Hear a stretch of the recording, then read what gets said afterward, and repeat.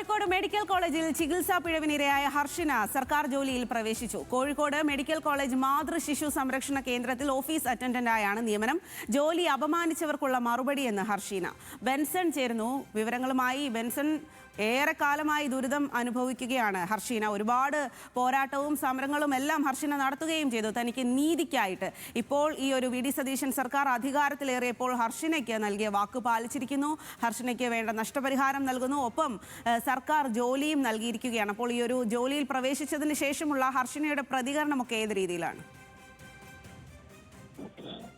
നമുക്കറിയാം 2017 ഹർഷിനയ്ക്ക് പ്രസവ ശസ്ത്രക്രിയ നടക്കുന്നത്. അന്ന് ഈ ശസ്ത്രക്രിയ നടക്കുമ്പോഴാണ് ഹർഷിനയുടെ വയറ്റിൽ കത്രിക കുടുങ്ങുന്ന ഒരു സാഹചര്യം ഉണ്ടാകുന്നത്. പിന്നീട് അത് തുടർന്ന് ആരോഗ്യ പ്രശ്നങ്ങൾ ഉണ്ടാവുകയും പരിശോധന നടത്തുകയും 2022 ഈ കത്രിക പുറത്തെടുക്കുകയും ചെയ്തിട്ടുണ്ടായിരുന്നു. ഈ 2022 തൊട്ട് ഇങ്ങോട്ടേക്കുള്ള കഴിഞ്ഞ 4 വർഷക്കാലം വലിയ സമര പോരാട്ടങ്ങളുടെ കാലമായിരുന്നു ഹർഷിനയെ സംബന്ധിച്ചിടത്തോളം.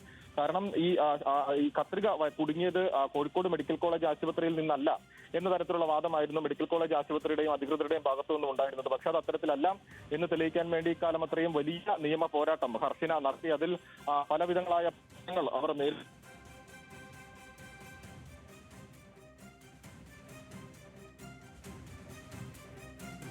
ഹർഷിനയ്ക്ക് ഒടുവിൽ നീതി ലഭിച്ചിരിക്കുകയാണ്. ഹർഷിനയ്ക്ക് സർക്കാർ ആശുപത്രിയിൽ ജോലി ലഭിച്ചിരിക്കുന്നു.